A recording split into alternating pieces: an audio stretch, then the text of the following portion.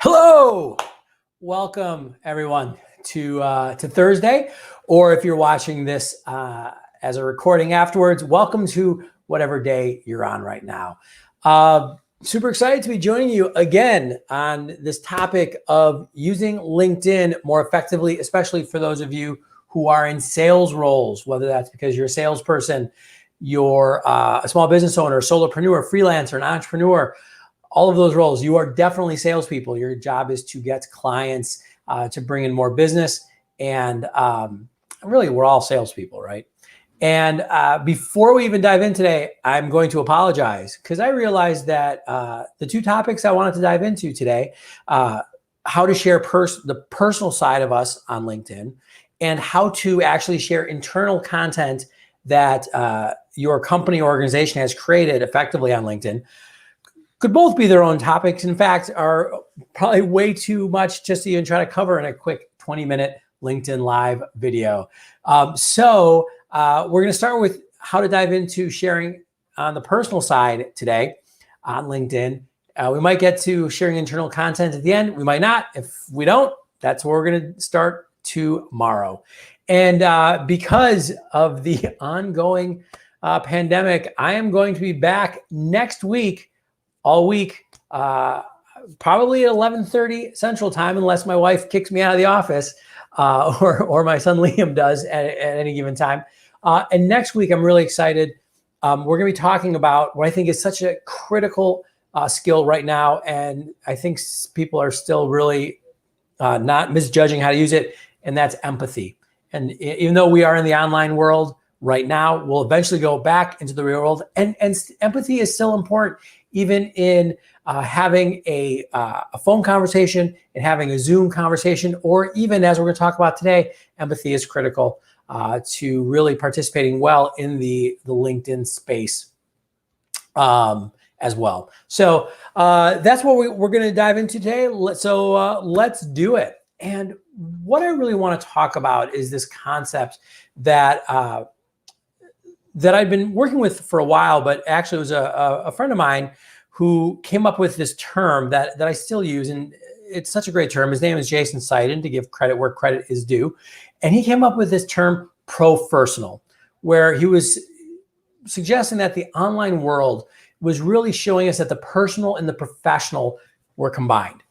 And that is such an important thing for us to get if we really want to be effective using LinkedIn to build relationships with our prospects and our customers, because we have to humanize ourselves. And when social media first came around, there was this idea that LinkedIn was professional and Facebook was personal, right? And those are two totally different networks, two totally different conversations that were happening. And it became obvious very quickly that you couldn't do that. And there's a very specific reason why. The brain does not distinguish between a personal and a professional relationship. The brain just thinks about relationships, how we engage with people, the distinction, the way that we've siloed our lives into various spheres, our job, our friends, our religious institution, the softball team we play with on Thursday nights. We think they're all distinct, but really our brain looks at them all as simply relationships. And why that's important to understand is that if you are going to go on to LinkedIn, if you're going to truly engage with others, you have to be able to share a bit of that personal side to you, a bit of that pro-personal side. And a good way of seeing this, and maybe a good way of even guiding how you are engaging with other people on a personal level on LinkedIn, is to think about the offline events that you went to in the past and the types of conversations you would have there. So if you went to a Chamber of Commerce meeting, a networking cocktail reception, you went to a conference for your company or your industry, I would put money on the fact that not all of your conversations are business oriented. In fact, many of them would really engage that human-to-human connection you have. Especially think about going to an event where you've known people, you've been there a couple of times, and let's say it's an industry conference, right? Or your company's sales kickoff. You see the same people every year, right? Or every quarter, whatever it is. Yeah, you're like, how's business? But then you might also say, hey, the last time we were talking, your daughter had just gotten married. Or the last time we were talking, you had just come back from a vacation, or we're planning for a vacation. How was it? That's not a professional conversation. That's a personal conversation. But it still happens in that professional context, and it's still valuable. In the same way, you can actually approach LinkedIn in this personal, professional way. And there's a couple of ways of doing it. That's what I want to talk about today. So the first is, how do we actually look at sharing personal information? I think that the first place to start is to almost put it into your editorial calendar. We talked about that on Tuesday. The idea of having every day, my whiteboard is blank now, but if you remember the whiteboard from Tuesday, every day of the week was a different type of content that you were sharing. You could definitely just say, hey, on Fridays, I'm going to share this personal content. I'm going to share something that's not necessarily about business per se.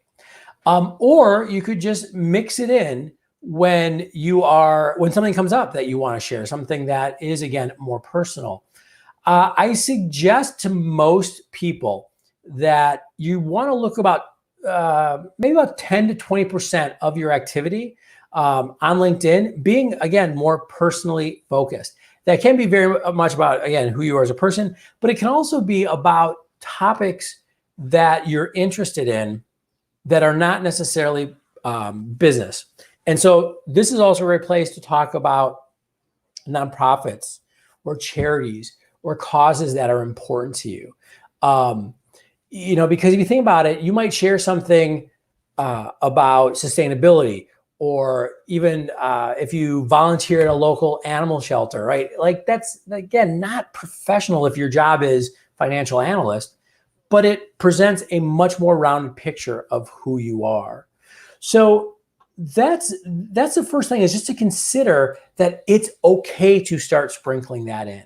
Just like as we're working from home, and many people are working from home for the first time, we're having to acknowledge that, hey, sometimes a kid's going to run in and we're on a video call, or you might hear crying in the back. Heck, you might hear crying in the background today, because I know Liam is in the other room running around. And he's just beginning to stand, which is always really fun, be able to pull himself up. But he's also learning how gravity works, right? So sometimes he falls down, and it's not always pleasant. So again, you might hear that. So what we're doing is we're having to acknowledge that we are having a more rounded picture of the people that we engage with. So that's the first thing, is this: it's okay to post some of that more personal information.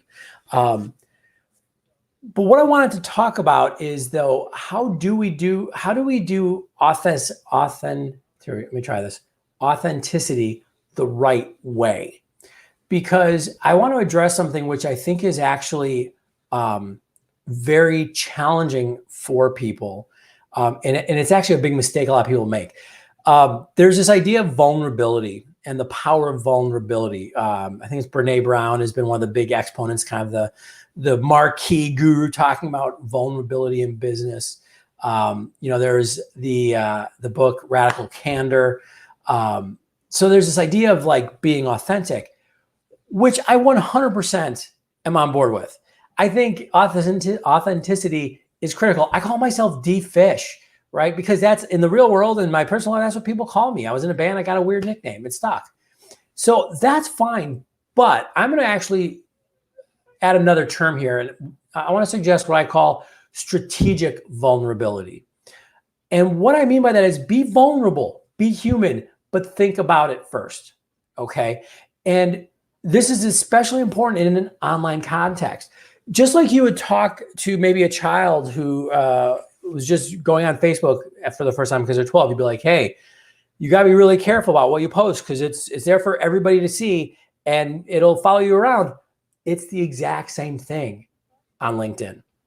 And so I think that there's a way to be vulnerable and there's a way to be authentic, but you also want to make sure that while not lying, that you are being aware that not everything is going to play well if you just throw it out there. The best way of kind of explaining this is, I believe that I don't like green screens. I never really have. So that's why you have this background.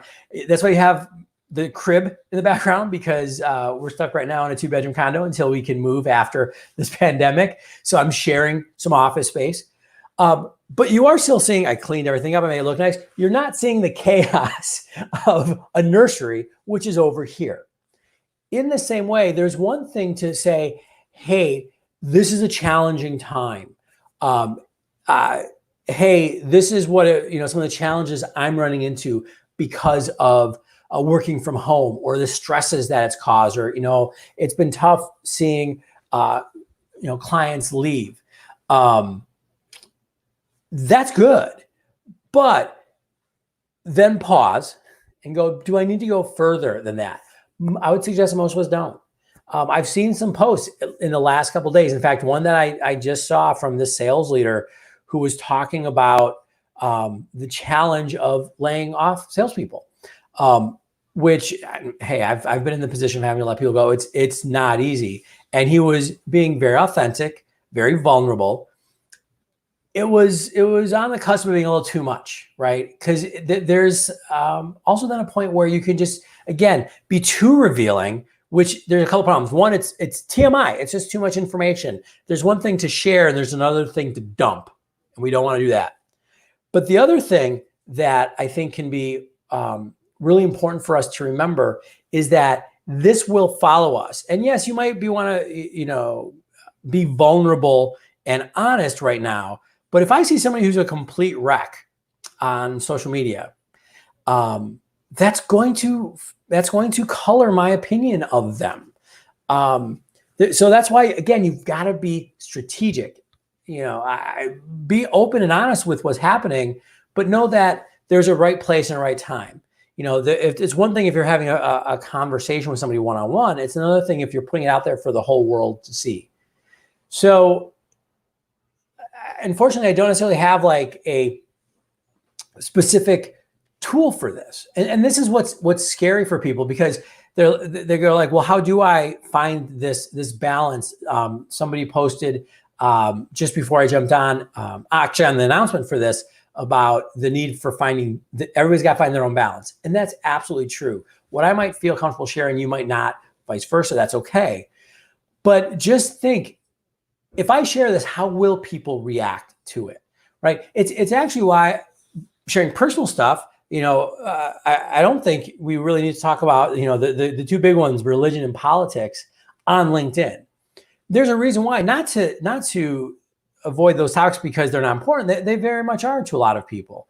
And there's, a time and a place to very lightly say, hey, this is something that's important to me. But understand, in this broad conversation we're having, there's no nuance. And that's what you do have to remember. There's very little nuance on LinkedIn, on any social media platform. And so what happens is, if you do put something out there that's, relatively controversial is not the right word, but maybe you're taking a strong stand about a political belief or religious belief. I'm not saying you shouldn't have those, but this is not the right place to talk about them, because what you're going to do is you're going to get a lot of engagement because people like controversial stuff. All the people that are already for you are going to go, yay. And what you've also done is pushed a lot of people away for no reason. I know for a fact that I have people within my network, people that are friends of mine, people that are, clients that I know well, that have different political opinions than I do, and that have different religious opinions than I do.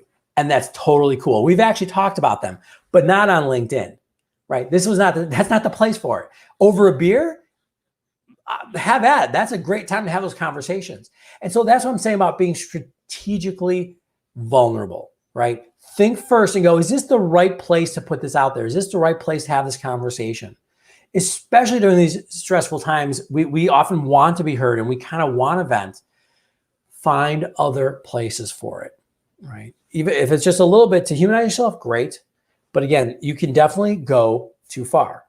And the other thing too then is, so that's what we're talking about posting. I do want to at least briefly touch on how to engage with people's personal content, because I think you should. I don't think it's a bad thing to say congratulations on that, or hey, that's a really good point, thanks for sharing that, or even creating a conversation around something that somebody's posted. Or maybe this will happen a lot. You'll post a non-personal piece of content, a business piece of content. It'll be responded to by somebody who's a friend, a client, somebody you know from your network, and they'll actually make it a personal conversation, which is good. They'll be like, oh, that reminds me of this conversation we had at the last conference we were at. Or they'll make an inside joke. A friend of mine, Sean Carey, who's also a wizard at social media, he's also an amazing punster, which I can't say that about many people, but he is actually a competitive level punster. He's also a huge gaming fan, just like I am. And so we've actually had posts at our business posts where we've started to have a gaming oriented conversation. Totally okay. As long as you remember that this is a conversation that everybody can pay attention to. Okay. And so, as we kind of sum this up, and I'll actually talk about how to share internal content tomorrow, because we've already gone through quite a bit today. Here's what I want you to think about. In the next week or two, where are some places that you can post some personal content? Pro-personal is, again, a great way of approaching it. Looking at maybe once or twice over the next 2 weeks. This is, could be a picture of your working from home situation. It could be, here's a great one. Somebody took a picture of some masks because their wife was making masks, because that's something, by the way, it's a great thing to share. You can make masks that either for yourself, or there's blueprints online to make them usable by medical professionals to help the nurses and doctors who are taking care of people right now. So he posted a picture of some of those masks. It was basically like, hey, I'm so excited that my wife is doing this, really proud of her. This is a great thing that we can do. It wasn't about his job, right? So that's something that is a pro-personal conversation, but what a wonderful impact he was able to make. One, he was able to share, hey, this is a great thing that my wife is doing. Makes her feel good. You could do that, for example, somebody else in your network who's not your spouse, but you express concern. You put a good message out there. You let other people know that they could do something like that to help. And that's what I'm saying. Be okay with this gray area. You might not be able to master it right away, but that's okay, because it's just human interaction. You have to learn it, just like you have to with any other interpersonal skill that you have in the real world. Matt Luce just shared, there's an art to being vulnerable.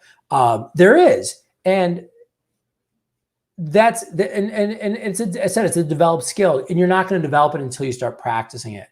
It's also, by the way, when you really start to dive into this, I think one of the most rewarding things you can do, both personally, right? It's just great to be able to connect with people and have these conversations, and professionally, because what this does, and this, yes, applies now, but I'm talking about even once we're able to engage in the real world again.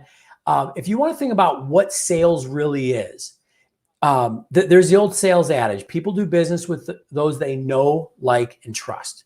What we're doing is we're actually creating that human connection, that bridge that allows us to build that know, like, and trust with the people that we'd like to engage with, just simply in the online world. And that makes those offline conversations so much more effective. And that's really, kind of sum up, that's what being a sales Sherpa is, in my opinion. It's establishing that human-to-human connection so that people want to do business with you. They want to listen to the guidance that you have when they're going through their buying journey, and then they will engage you during that buying journey and often buy from you. So that's what I wanted to share today. I know it's not necessarily the specifics like maybe we had yesterday or the day before, but it's such an important approach. You don't have to bifurcate. I'm going to be personal here and professional here. That's not how our brains work. That's not how our networks work. My wife actually has a name for my clients that I hang out with, either because they were clients and we became friends, or friends that became clients. She calls them my friends. And she'll be like, who are you going talking to today? Who you got lunch with? Who you have a cup of coffee with? I'm like, one of my friends. And again, it's been personally rewarding. I get a lot of business that way. And if you ask somebody who's been successful in their sales career, it's because they have those relationships. So that's the way you can do this using LinkedIn. If this has been valuable, great. One thing you do to help me out is tell people about these LinkedIn Lives. So I'm gonna do them every day at 11:30. We got it tomorrow. Tomorrow we're gonna talk again about how to actually share internal content and how to create content easily. So not as a sales influencer, but as a frontline salesperson, business owner, somebody's got a lot of other responsibilities. How do you still create some content easily to put it out there and to share it on LinkedIn? There's some very simple ways that you can do that. We'll talk about it tomorrow. Next week, we're going to talk about empathy in sales, and not just empathy is good, but how to build empathy, how to actually increase that human to human connection. Because I think empathy is a skill that we all have at a baseline, but it can be improved. It's like running. We can all run, some not so fast, but we can all do it. But we can all get better at it if we're trained and we work at it. So that's what we're going to talk about. So if you have thought these are valuable, please share this with your network. The recordings of this are on, and this whole week are on LinkedIn. They're also on our YouTube channel, where we've got a full playlist. That's in the link. If you could share that with anybody who you think this would help, I would super appreciate it. Heather, you should use the term friends, because heck, we're friends, and it's been super valuable and super fun. So you can steal the word. I should put a little trademark by it. But so please do share. Please do share with anybody our upcoming calls.